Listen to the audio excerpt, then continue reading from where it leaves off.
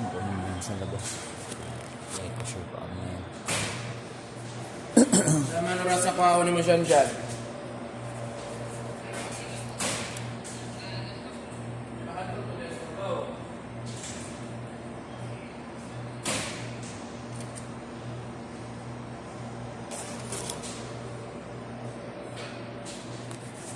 Lamig.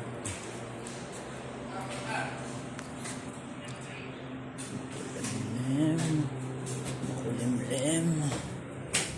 Walang araw. Makulimlim.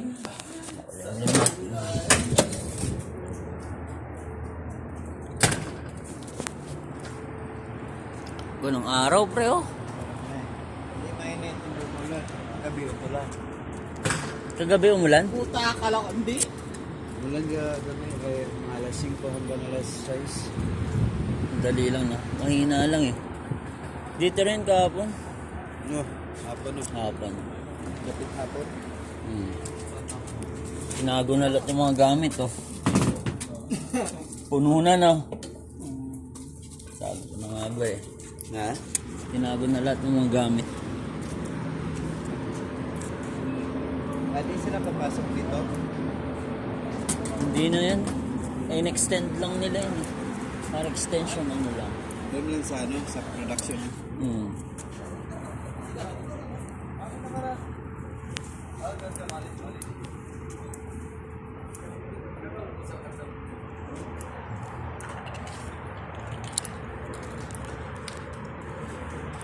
Karol ba mga kami nilkater, kanang padung na buwan. Padung na dakop. Di prior na. Saan na napunta na? Sa prior ko sa prime man. Trace ng bahay, signal na.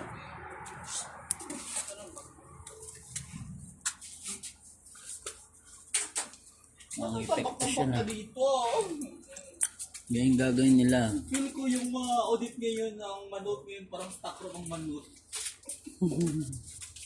Ay, sorry, bihi. Kala ko. Ano ba? Gusto kayo mo? Pumaya na, yung itlog mo muna kainin ko. Aywa. Naka-ready na ba, Renz?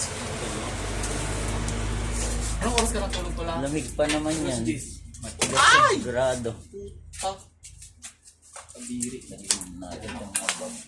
Sila ko natulog kasi alam ko pa eh. Ingay kumain kagabi. Iniiwanan naman dito. Ito. Di mo yun. Ayaw.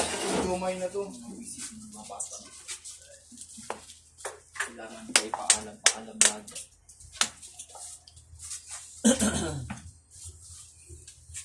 Lamig na yan ah. Di ka magkakaroon. Di ka matula. Di ba sabi nila mag-shave ngayon? Buti nag-shave ako. Saan? Sa tingin? Oo, nag-shave ko talaga to. Baka tignan niya nga eh. Bulbul daw sa bulbul. Sa ano nga i-check nila, no? Mag-shave kayo, sabi niya nga eh. Bulbul. Para daw walang sumabit sa ngipin. Ano George, mag-shave yun. Hindi yun si shave. Dapat nag-shave din naman yun eh. Wala silang kasi... Sila lang as standard daw. Hindi sila mag-shave. Nakakatawa nga yun kasi makakapal masyado yung sa kanila. Nahihirapan din talaga sila. Parang nangangati pagkataas ano. Eh, piling kasi nila. Gumagawa po sila pag nakagawin eh. Yung basarado.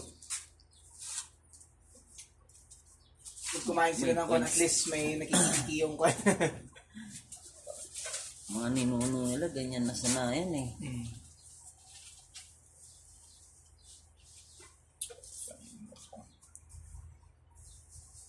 Lamig na yan. Walang araw. Parang sa chiller nga eh. No? Walang araw. Sumuko na yung araw. Walang araw. Ano kaming gagawin na yun? Hmm? Kantay lang ng deliver. Kaya nga, mahirap na i-deliver pa pala ngayon. Hindi ko nata susuot itong ano to, itong jacket. Parang sila rin ngayon kasi. Ah, ngayon siya alis eh. Ha? Ngayon na alis papuntang polo. Sunday, no? Sabi ko sa kanya, sagarin mo na eh.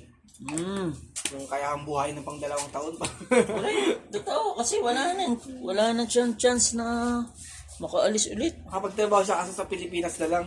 Mga minimum ko na sahod. 500 well. So noon, Samantalang sa amin, magkano lang, 300 feet